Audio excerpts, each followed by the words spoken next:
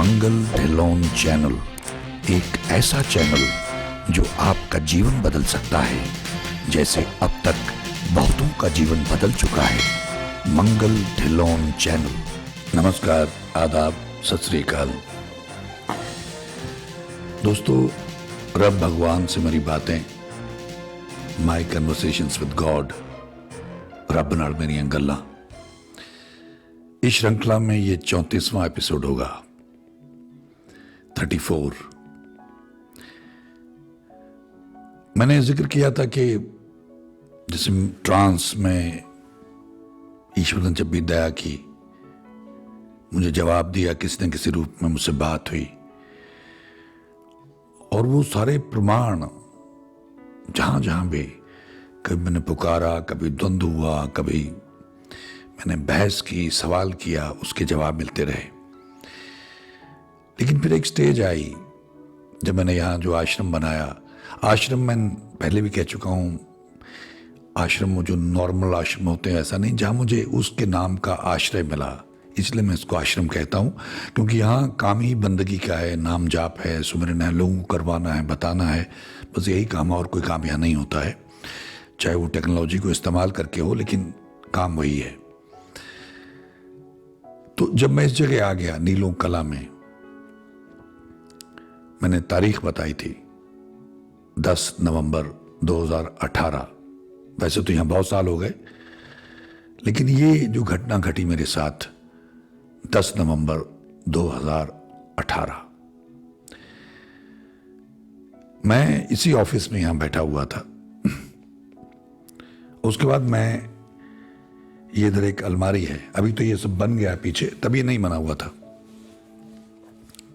इसी साल हमने काफी काम पीछे करवाया, जो बुक शेल्फ वगैरह सारा कुछ बनवाया, किताबें उताबें सब करीने से रखी। तो वो एक छोटा सिस्टम था जिसमें कंप्यूटर रखते हैं, तो उसको मैं साफ कर रहा था। हम लोग यहाँ ज़्यादा देर नहीं रहते थे। ये लॉकडाउन में जब मुझे वहाँ से भेजा गया, ये भी मुझे बात करते हुए याद आया, तो मैं जिक्र करूँगा कैसे मुझे यहाँ भेजा गया। मैं वही बता दूं पहले, मैं बॉम्बे गया था यहाँ से, तो मुझे इसी कंटिन्यूएशन में संदेश आया, क्योंकि ये जो मेरे साथ कृपा हुई थी, ईश्वर की कृपा हुई, मैंने हल्का सा जिक्र किया था इसका, तो वहां से संदेश आया था कि निकलो यहां से, वरना मुझे वहां भी रहना था, मेरा काफी काम था। लेकिन 3 बार मुझे यह संदेश आया कि यहां से निकलो और फला दिन को निकलो, यानी ये मैं बात कर रहा हूं सैटरडे नाइट की, और मुझे हुक्म हुआ कि मंडे को निकलो। तो मंडे को वहां से निकल आया था। 23 तारीख थी, 23 मार्च 2020, और उसके बाद वो आखिरी फ्लाइट जैसे में आया, 3 महीने के लिए लॉकडाउन हो गया था। खैर, तो यहां मैं 10 नवंबर यहीं पे थे हम लोग, लेकिन जब मैं वो सफाई कर रहा था, क्लीन कर रहा था, बुक्स वगैरह सेट कर रहा था, तो इधर मैंने मेरा फोन टेबल पे पड़ा हुआ, तो मैंने फोन देखा, तो फोन मेरा, उसमें मैसेज था एक,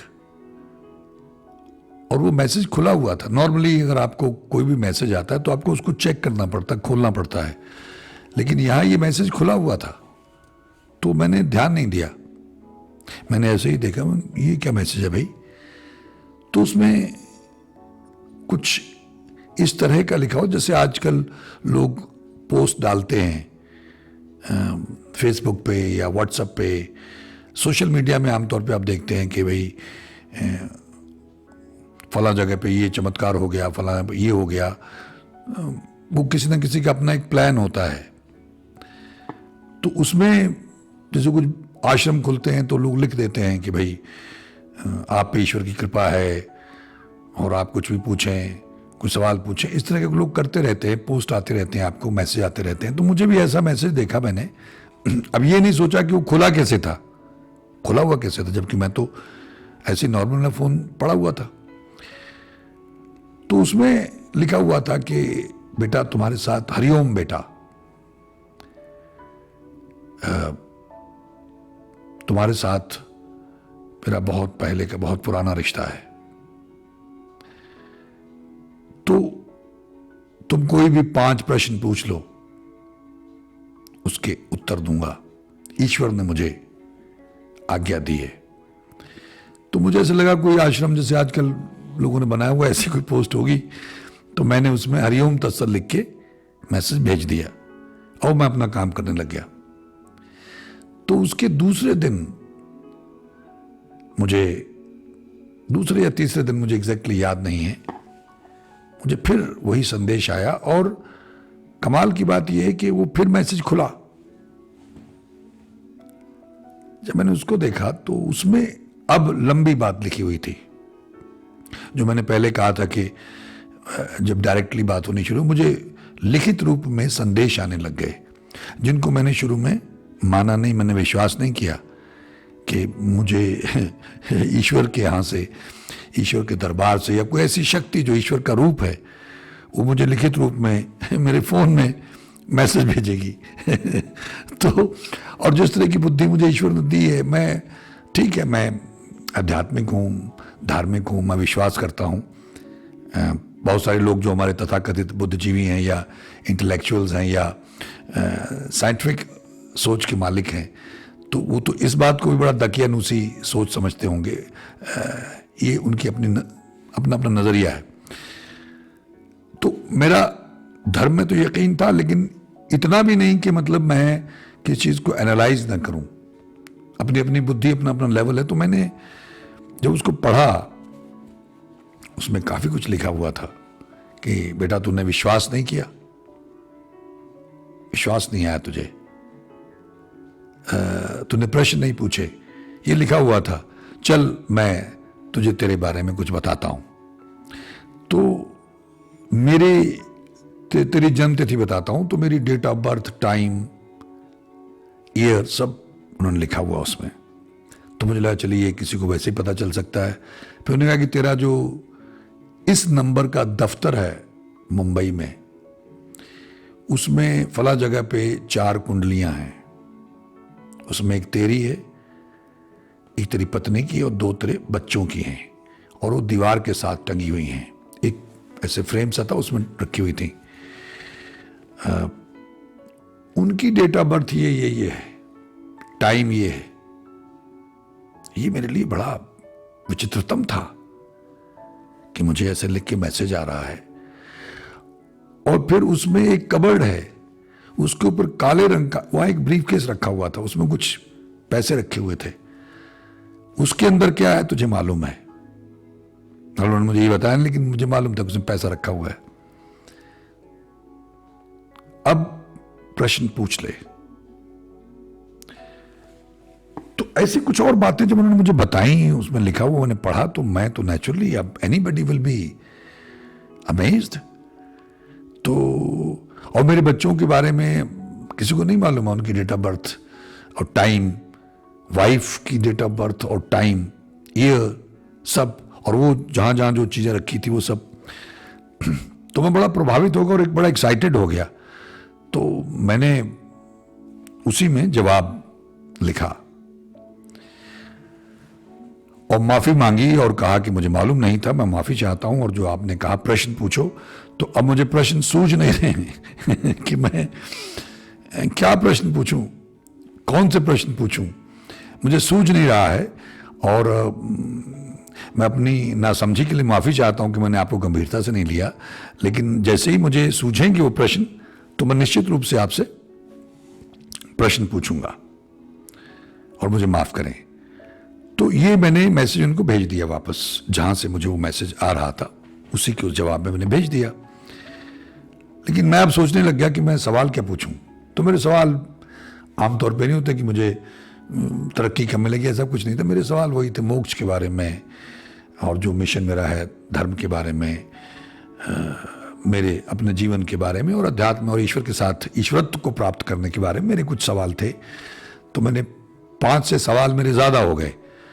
मैंने काफ़ी हफड़ा दफड़ी में सोचा और वो सवाल जो है लिखे और उनको भेज दिए। तो दूसरे दिन या तीसरे दिन मुझे फिर उत्तर आया कि बेटा तू बहुत बुद्धिमान है, मुझे मालूम था कि तू बहुत मुश्किल प्रश्न पूछेगा और तेरे प्रश्न 5 से अधिक हैं।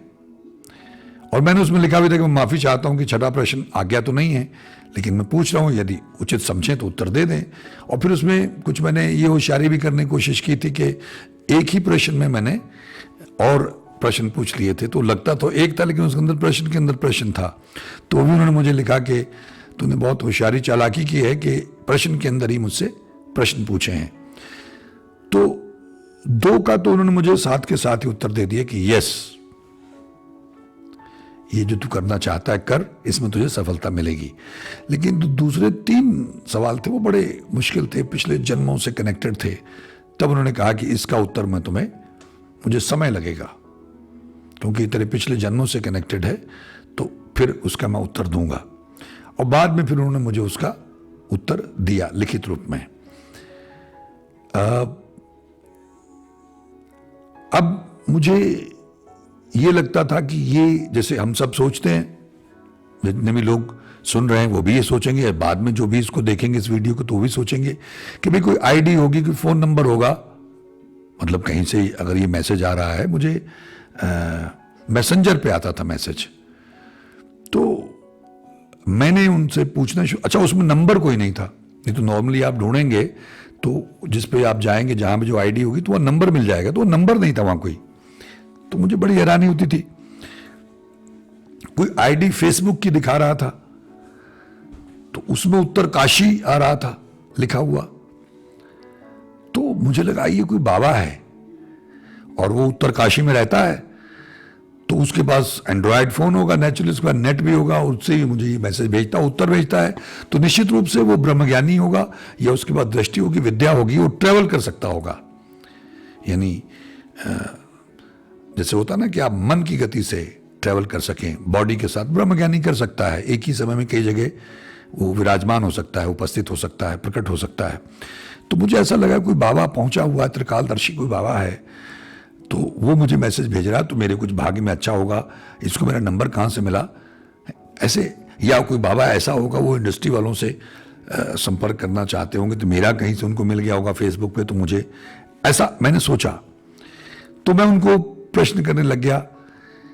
मैंने उनका धन्यवाद बहुत किया जो उन्होंने मुझे उत्तर दिए, और कमाल के उत्तर दिए, संतुष्ट किया, मुझे तसल्लियां करवा दी मेरी वो भी मैं बताऊंगा। ये मैं शुरुआत कर रहा हूं, मुझे ये नहीं समझ में आ रहा है कि मैं कहां से, बल्कि मैंने जो उनके उत्तरों के मैंने बाद में प्रिंट आउट करा थी, ये बड़ी लंबी कहानी है, लेकिन मुझे समझ में नहीं आ रहा। तो मैंने अभी बैठ के, अभी करीब सुबह के 4 बज रहे हैं, तो जो मैंने प्रिंट आउट किए, कैसे किए, वो सब भी मैं आपको बताऊंगा। लेकिन मैंने उनसे आज्ञा लेनी थी, तो मैंने उनके जो उत्तर थे उनको मैंने पढ़ा। तो उसमें एक जगह मुझे मिला कि मेरे चले जाने के बाद तू लोगों से चर्चा कर सकता है, अभी नहीं। तो उससे मुझे एक हिंट मिल गया, और भी बहुत चीज़ें मुझे मिली, कमाल कमाल की चीज़ें मिली, जिससे आप लोगों का भी भला होगा। मैंने रिफ्रेश किया, क्योंकि जिंदगी को डेढ़ बुन में इधर दौड़ उधर भाग, ये रिकॉर्डिंग करनी, अपलोड करना, उसमें करना, ये करना है, वहाँ जाना, यहाँ जाना है। तो मैंने उसको पढ़ना तो था, रख रखा था मैंने, मेरे जीवन की गीता है, मैंने पहले भी जिक्र किया था इसका, मेरे जीवन की गीता है ये। तो जब ये मैंने उनका धन्यवाद कर दिया, सब हो गया, तो अब नंबर नहीं मिल रहा है, तो मैं जिद करने लग गया उनसे कि मुझे बताएं, मैंने आपके दर्शन करने हैं, कि आप कहां पे विराजमान। क्योंकि मैं इस ढंग से सोच रहा था कि कोई बाबा है, उसके पास मोबाइल फोन है और नेट भी है, और बाबा पढ़ा लिखा होगा, लेकिन उसने उस ईश्वरत्व को हासिल कर लिया, ब्रह्म ज्ञान को, तो वो ट्रेवल कर सकता हो। मेरा हो भाग्य, या तो वो इंडस्ट्री वालों के चक्कर में या किस तरह से मुझसे संपर्क कर लिया उसने, ये मेरा हो भाग्य है, तो उसके दर्शन किए जाए, पहुंची हुई हस्ती है ये। तो बड़ा मैं उनके पीछे पड़ा रहा कि मुझे, और मेरी गाड़ी में सब सामान मेरा तैयार ही रहता था कि जैसे आदेश आ गया मैं निकल लूंगा। तो वो अपने ढंग से उत्तर देते थे, तो मैं ऐसा सोचता था कि अच्छा, वो कहते थे कि मैं तपस्या में लीन हूं, मैं ध्यान में हूं, अब मैं जा रहा हूं ध्यान में, तो बाद में तुम्हारा उत्तर दूंगा। तो मुझे लगता था कि ये कहीं अपने आश्रम में ध्यान में चले जाते हैं, और जब वहां से बाहर आते हैं तो फिर अपने फोन पे चेक करते हैं और मुझे उत्तर देते हैं, लेकिन फिर नंबर क्यों नहीं है? मोबाइल नंबर होना चाहिए। तो मैंने तो वहां फोन घुमाना शुरू कर देना था। तो बड़ी विचित्र बात थी, और वन वे ट्रैफिक जैसा मामला था।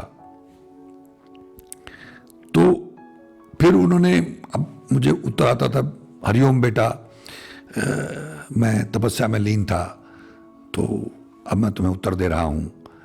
तो थोड़ा अपने ढंग से ब्रीफ उत्तर देते, और बड़ा कमाल का था उत्तर उनके जो होते थे, बहुत टू द पॉइंट होते थे और बड़े विजडम वाले होते थे, मतलब कमाल के उत्तर होते थे।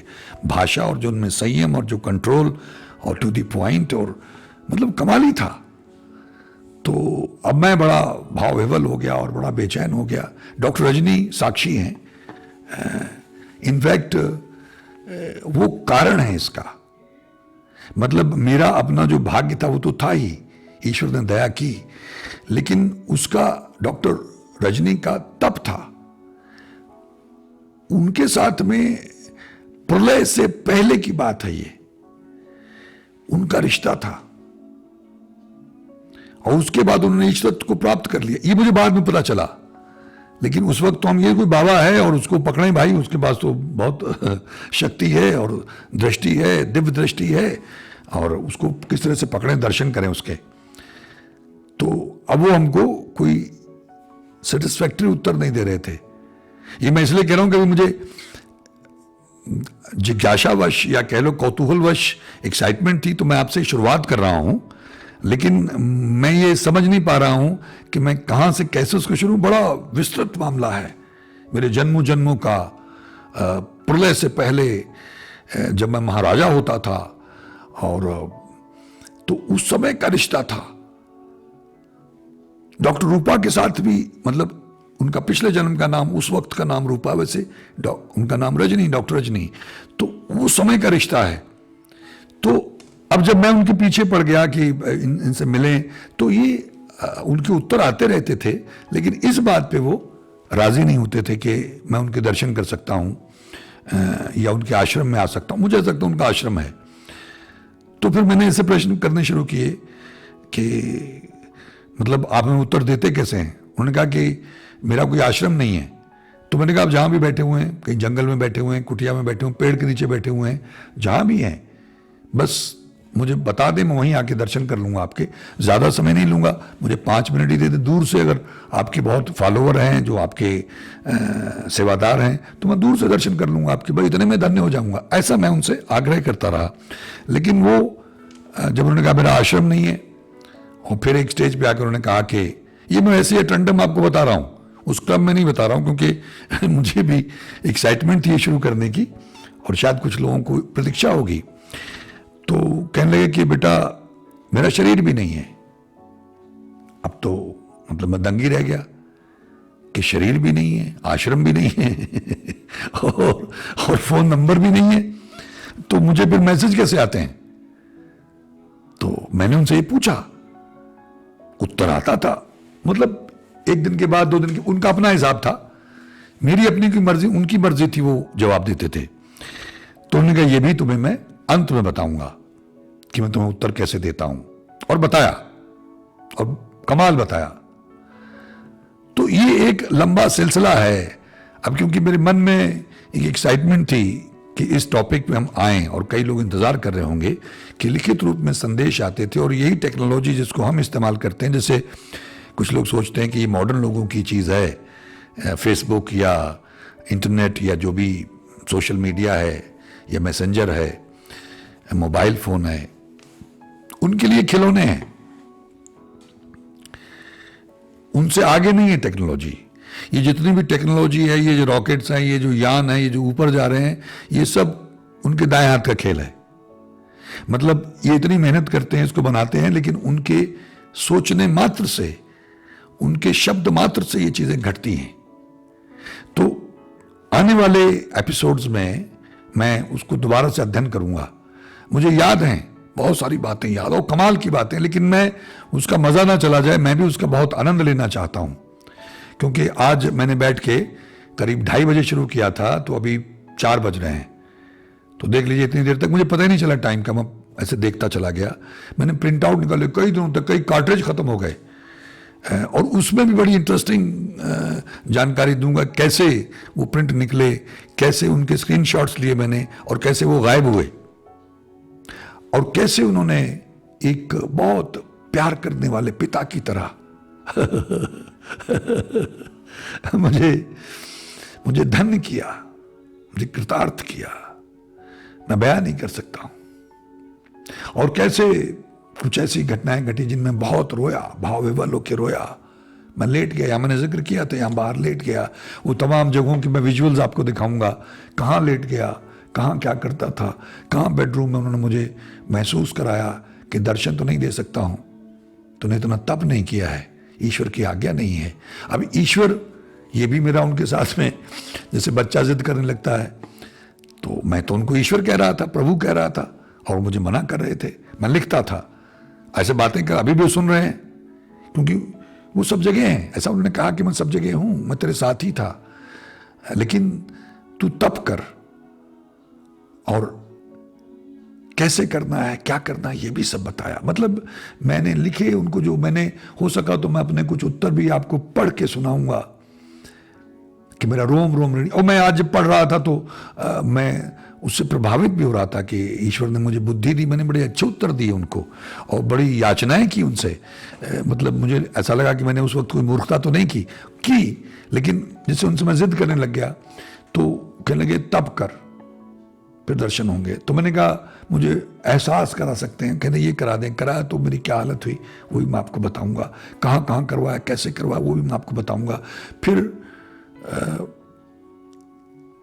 ये आने वाले समय में मैं उस क्रम में कोशिश करूंगा बताने की कि कैसे मेरे जो मोबाइल में कैमरा है उससे अपने आप चित्र खींचने लग गया। समझ ला मेरा फ़ोन ख़राब हो गया है, माल फंक्शन है रात को एक दिन, और बाद में उन्होंने मुझे बताया कि बेटा मैं आया था तो तुम्हें ऐसे मैं इंडिकेशन दे रहा था। उनकी अपनी भाषा है, मैं अपने शब्दों में बताने का प्रयास कर रहा हूँ कि तुझे इंडिकेशन दे रहा था, क्योंकि जब तुझे एहसास कराता हूँ तो भाव विवल हो जाता है, तेरी बड़ी अजीब अवस्था हो जाती है, पगला सा जाता है। तो ये तरीका मैंने ढूंढा तेरे से कम्युनिकेट करने का। ईश्वर के दरबार से ये हुक्म हुआ है, देखिए। वाहिगुरु वाहिगुरु वाहिगुरु। मतलब मैं बयान नहीं कर सकता हूं भाई। तो मैं उनसे कहने लग गया कि आप ईश्वर ही तो हैं फिर। तो कहने लगे नहीं, मैं ईश्वर का अंश हूं। तो मैंने जैसे पहले कहा था एक पासिंग रेफरेंस में कि मेरे बाल मैं ही तो हूं, मेरे नाखून मैं ही तो हूं, मेरी उंगली मैं ही तो हूं। तो आप उसका अंश हैं तो फिर आप ईश्वर ही तो हैं। और अगर ईश्वर से आपकी बात होती है, ईश्वर ने आपको भेजा मेरा मार्गदर्शन करने के लिए, तो जो ईश्वर को देख लेता वो तो ईश्वरी। और उसका लेवल क्या होगा जो ईश्वर से बात करता है, जिसको ईश्वर एक जिम्मेदारी देते हैं। तो ये एक अलग जर्नी, एक अलग लेवल है, एक अलग दुनिया है। और मेरा अहोभाग्य तो है। मुझे ये नहीं मालूम था कि एक दिन ऐसा आएगा कि हम ऐसे शेयर करेंगे उसको। और अगर उन्होंने मुझे आज्ञा ना दी होती कि लोगों का मार्गदर्शन कर, बांटना, लोगों को बताना इसके जरिए, तो मेरी हिम्मत नहीं थी, मेरा इतना साहस या जुर्रत नहीं थी। क्योंकि उनका एक वचन कहना और वो घट जाता है, वो हो जाता है। कैसे? वो मैं आने वाले जो एपिसोड्स हैं उनमें आपसे शेयर करूंगा, आपको बताऊंगा। और कैसे वो चित्र खींचते, तो क्या क्या उन्होंने चित्र खींचे। उस अवस्था में नॉर्मली तो हम एक्टर लोग हैं, हमको आदत पड़ी हुई है कि हम, जैसे यहाँ भी मैं जैकेट पहनता हूँ और टाई लगाता हूँ, तो लेकिन जब वो आ जाते थे तो फिर बनने ठनने का मामला नहीं रहता था, फिर तो ऐसे ही फोटो खींचते थे। और हम लोगों को थोड़ी हिम्मत आ गई, डर कम हो गया। वो जो एक अजीब स्थिति मनोदशा बन जाती है, तो कभी डॉक्टर रजनी उठा लेती थी फ़ोन और वो मेरी तरफ करते फ़ोन कैमरा, तो खींचिए प्रभु जी, तो मेरे फ़ोटो खींचते थे, या मैं फ़ोन उठा के उनकी तरफ तो उनके फ़ोटो खींचते थे। मतलब कमाल ही था, कमाल ही था। और कभी मैं पाठ कर रहा हूँ, अरदास कर रहा हूँ, तो आ जाएंगे, तो उस फ़ोन में फ़ोटो खींच के उनके क्लिक से मुझे इंडिकेशन देते थे कि उनको कितना अच्छा लग रहा है, मैं कितना अच्छा पाठ कर रहा हूँ, और भाव विवल होकर रोता था। तो ये एक नया चैप्टर, एक नया अध्याय हम लोग शुरू कर रहे हैं। मैं इसको जरा व्यवस्थित कर लूँ थोड़ा सा। उनको मैं देखूंगा कि जब मैंने उनको, मतलब मेरी अपनी भाव विवलता थी, मेरा अपना पॉजेसिवनेस थी, लेकिन उन्होंने किस तरह से मुझे गाइड किया, मेरा मार्गदर्शन किया। और मैंने शायद पहले इसका जिक्र किया कि मेरे जितने भी जन्म हुए हैं, यानी प्रलय से पहले तक कितने जन्म हुए होंगे, उन जन्मों में कभी इस तरह से मेरा मार्गदर्शन कर दिया होता अगर ईश्वर ने, तो मैं आज कम से कम ये तो कह सकता हूं कि यहां ना बैठा होता। मैं इस तरह से खेतों में यहां, मतलब ये बहुत बेहतर है, बहुत लोगों से बेहतर है,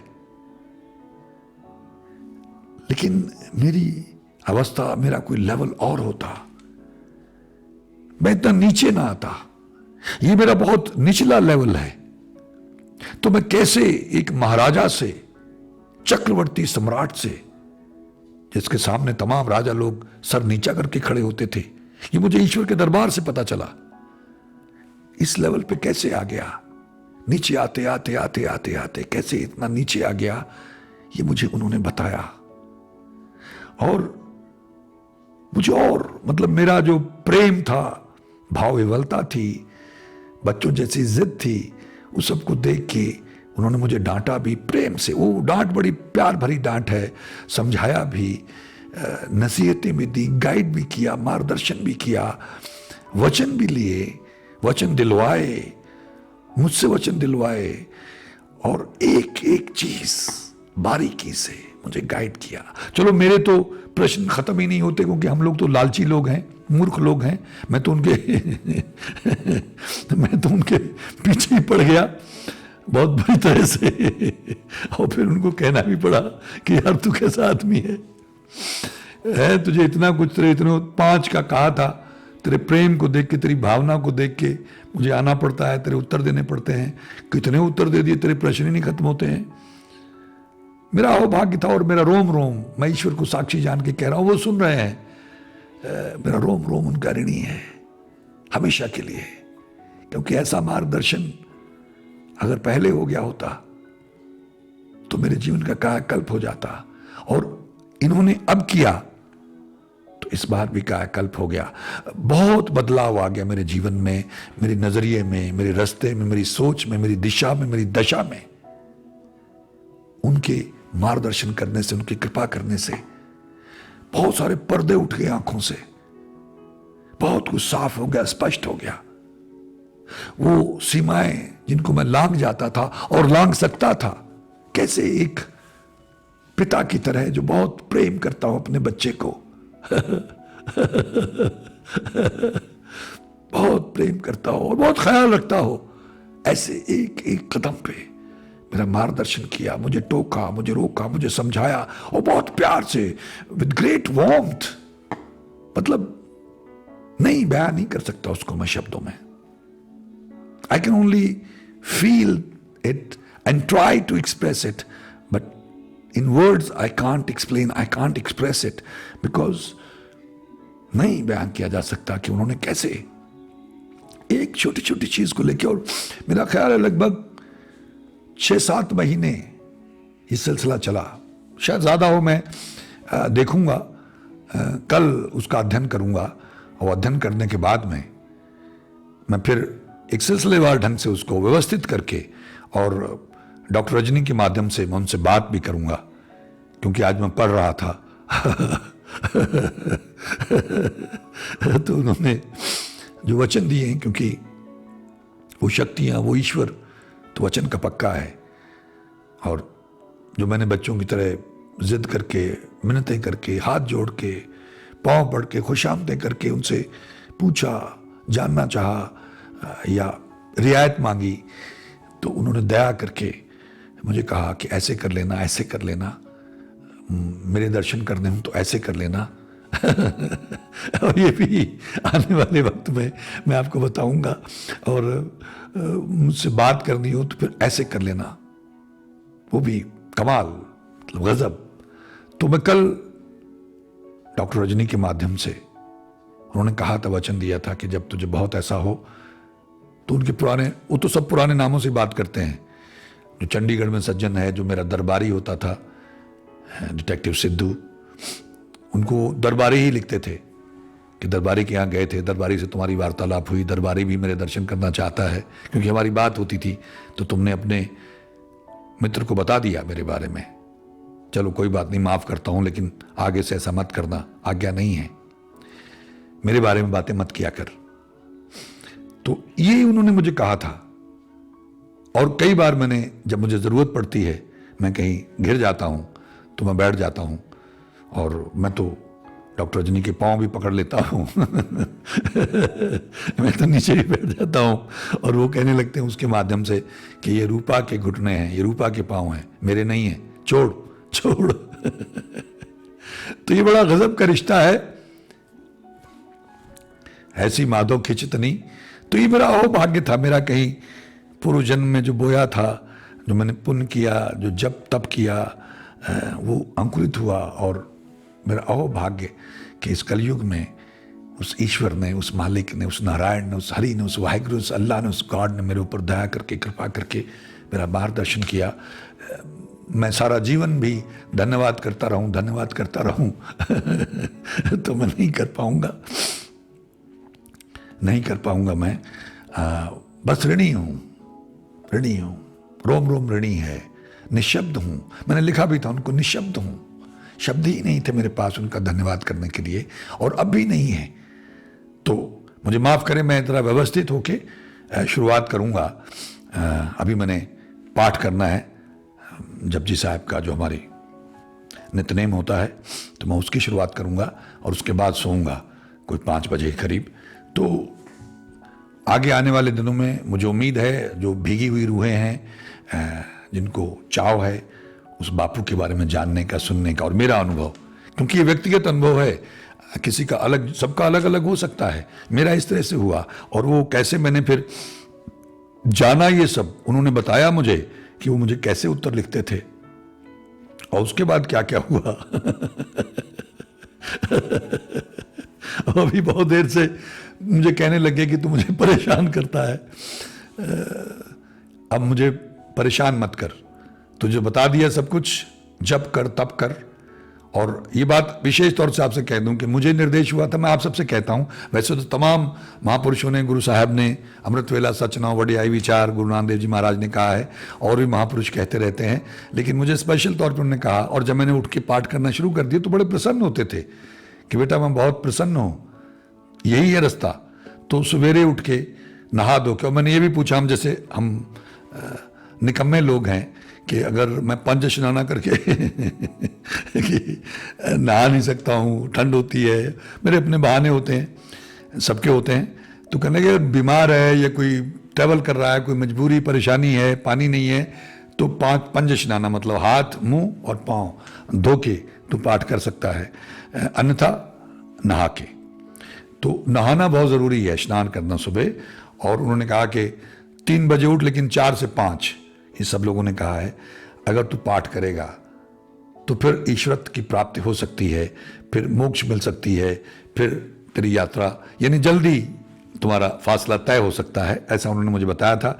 और जब भी सुबह उठ के मैंने भी डॉक्टर रजनी को मैं उठा दिया, मुझे आदेश किया कि उसको उठाया कर, अगर नहीं उठती है तो उसको उठाया कर, तुझे पुण्य मिलेगा। तो मैं उनको उठा देता था, वो अलार्म लगा के सोने लग गई, और हम सब लोग उठ के पाठ करने लग गए। तो लगे रहते थे हम लोग, तो बड़े प्रसन्न होते थे। अक्सर मैंने नोटिस किया, जो हमें संदेश आता था उसमें उनकी भाषा में वो फ़र्क देखता था मैं, जब हम सवेरे उठ के पाठ करते थे। तो आप लोग भी कोशिश किया करें, जो लोग लगे हुए हैं ग्रेट, उनको बधाई हो, और जो नहीं है तो वो प्रयास करें। अब मैं तो, अगर मेरा जीवन ऐसा हो गया तो अब 4 बज गए हैं तो मेरा तो अमृत वेला हो गया तो मैं तो अभी करूँगा। लेकिन आप लोग भी ऐसे जल्दी सोएं, और सोने के बाद में, ताकि आप 3 बजे 3:30 बजे उठ खड़ें। जब उठ जाएंगे तो आप आधा घंटा फ्रेश हुए, और 4 बजे तो बैठ ही जाएं। 4 से लेके 5, 5:30, 6 बजे जपें, सुने, वाहिगुरु वाहिगुरु, एक ओंकार सतनाम वाहिगुरु। और उनके मुताबिक एक ओंकार सबसे बेहतर है। मुझे माफ़ करें प्रभु जी मुझे नहीं मालूम, मुझे ये बताना चाहिए नहीं, लेकिन आपने मेरे ऊपर दया करके मुझे बताया है, तो इसमें भी तो उसी की पकड़ में आएगा जिसके भाग्य में है ईश्वर। मुझे माफ़ करें, लेकिन मुझे ऐसा बताया था, ये बताना तो आगे, लेकिन मुझे लालच है कि सब लोग शुरू करें। तो उन्होंने कहा, मुझसे कहलवाते रहे, मैंने बहुत लोगों का एक ओंकार सतनाम वाहिगुरु मुकम्मल है, लेकिन उन्होंने लिखा था कि एक ओंकार सर्वोत्तम है। तो आप एक ओंकार का कर सकते हैं, लेकिन हैंडल नहीं कर पाएंगे जल्दी। पहले एक ओंकार सतनाम वाहिगुरु का ही करिएगा, वाहिगुरु वाहिगुरु का करिएगा, लेकिन जब थोड़ी बुनियाद बन जाए, फाउंडेशन बन जाए, तब एक ओंकार शुरू करिएगा। और विधियां तो मैं बता चुका हूं बार बार आपको। तो ये गुरु पिता की कृपा है, प्रभु जी की कृपा है, ईश्वर की कृपा है। उनको कोटि कोटि प्रणाम, उनका कोटि कोटि धन्यवाद। उनकी दया दृष्टि से, उनके आशीर्वाद से गुरु नानक देव जी महाराज को कोटि कोटि प्रणाम, उस हरि को, उस नारायण को कोटि कोटि प्रणाम। उनकी कृपा से, उनकी आज्ञा से, उनके आशीर्वाद से मैं आप लोगों से ये वचन साझे कर सका, और आगे भी उनसे आज्ञा लेके, प्रार्थना करके, जो भेद, जो रास्ते, जो मार्गदर्शन मेरा किया है, मैं आप लोगों से करूंगा, और उसका अनुसरण करने का प्रयास करिएगा। देखिए कैसे जीवन का कायाकल्प होता है, कैसे जीवन में आनंद बनता है, कैसे ऐसे लगेगा कि अब तक तो भटके ही हुए रहे थे, भूले ही हुए थे, अंधेरे में घूम रहे थे, रास्ता तो अब मिला है। आप सबका बहुत बहुत धन्यवाद। मुझे उम्मीद है कि ये बात कुछ मित्रों की पकड़ में आई होगी और वो इसका अनुसरण करने का प्रयास करेंगे, और यदि वो ऐसा करते हैं तो मेरा अहोभाग्य होगा, मैं उनका आभारी रहूँगा। एक बार फिर से आप सबका बहुत बहुत धन्यवाद। ईश्वर हम सबका भला करे। नमस्कार, जय हिंद, जय भारत। मंगल ढिल्लोन चैनल एक ऐसा चैनल जो आपका जीवन बदल सकता है, जैसे अब तक बहुतों का जीवन बदल चुका है। मंगल ढिल्लोन चैनल।